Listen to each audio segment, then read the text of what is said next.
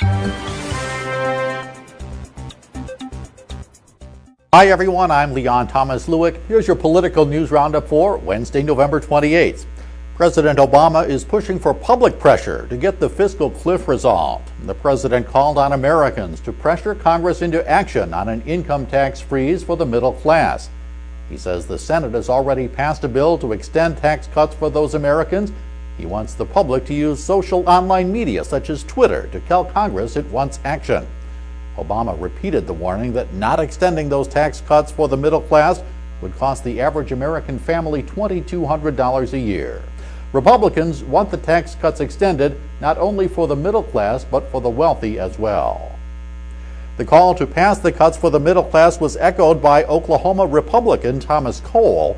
His suggestion to House Majority Leader John Boehner was to pass the extension of tax cuts for 98% of Americans, declare victory, and go home. The suggestion did not work for Boehner, however. The GOP leader said half of the people in that top 2% of earners are small businesses who pay their taxes through personal income filings. He said the move would hurt small business growth.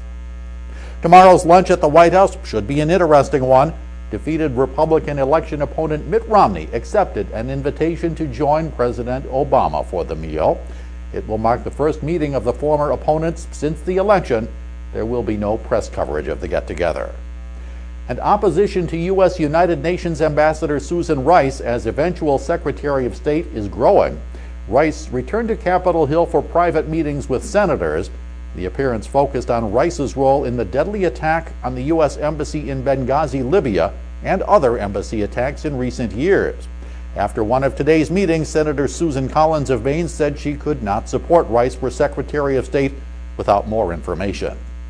That's your political news roundup for Wednesday, November 28th. I'm Leon Thomas Lewick.